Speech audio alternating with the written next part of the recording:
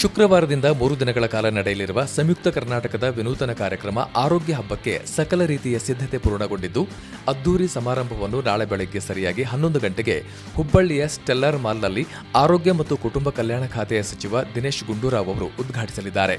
ವಿಧಾನ ಪರಿಷತ್ ಸಭಾಪತಿ ಬಸವರಾಜ ಹೊರಟ್ಟಿ ಅವರು ಆರೋಗ್ಯ ಹಬ್ಬದ ನಿಮಿತ್ತ ಹಾಕಲಾಗಿರುವ ವಿವಿಧ ಮಳಿಗೆಗಳನ್ನು ಉದ್ಘಾಟಿಸಲಿದ್ದಾರೆ. ಇನ್ನು ಕೇಂದ್ರ ಸಚಿವ ಪ್ರಹ್ಲಾದ್ ಜೋಶಿ ಅವರು ಆರೋಗ್ಯ ಹಬ್ಬದ ವಿಶೇಷ ಪುರವಣಿಯನ್ನು ಬಿಡುಗಡೆಗೊಳಿಸಲಿದ್ದಾರೆ. ಕಾನೂನು ಮತ್ತು ಸಂಸದೀಯ ವ್ಯವಹಾರಗಳ ಖಾತೆ ಸಚಿವ ಎಚ್.ಕೆ. ಪಾಟೀಲ್ ಅವರು ಗಣ್ಯರಿಗೆ ಸನ್ಮಾನ ಮತ್ತು ಆರೋಗ್ಯ ಬಂಧು ಪ್ರಶಸ್ತಿ ನೀಡಿ ಗೌರವಿಸಲಿದ್ದಾರೆ.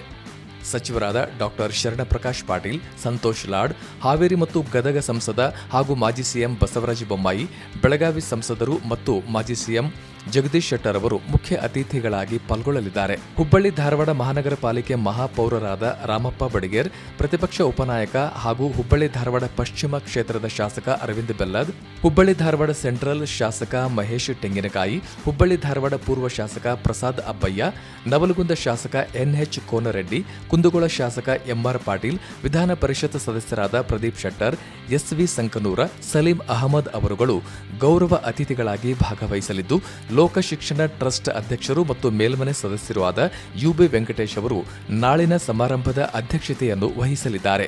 ಜೊತೆಗೆ ಲೋಕ ಶಿಕ್ಷಣ ಟ್ರಸ್ಟ್ನ ಧರ್ಮದರ್ಶಿಗಳಾದ ಅಶೋಕ್ ಹಾರನಹಳ್ಳಿ, ಡಾಕ್ಟರ್ ಗುರುರಾಜ್ ಕರ್ಜಗಿ, ಕೇಶವ ದೇಸಾಯಿ ಮತ್ತು ಡಿಆರ್ ಪಾಟೀಲ್ ಅವರು ಉಪಸ್ಥಿತರಿರಲಿದ್ದಾರೆ. ಇನ್ನುಳಿದಂತೆ ಈಗಾಗಲೇ ನಿಗದಿಯಾದಂತೆ ಆರೋಗ್ಯ ಹಬ್ಬದ ಕುರಿತ ವಿವಿಧ ತಜ್ಞರಿಂದ ವಿಶೇಷ ಉಪನ್ಯಾಸಗಳು ನಡೆಯಲಿವೆ. ಹುಬ್ಬಳ್ಳಿ ಧಾರವಾಡ ಜಿಲ್ಲೆಗೆ ಸಂಬಂಧಿಸಿದ ವಿವಿಧ ಅಧಿಕಾರಿಗಳು ಈ ಸಂದರ್ಭದಲ್ಲಿ ಹಾಜರಿರಲಿದ್ದಾರೆ.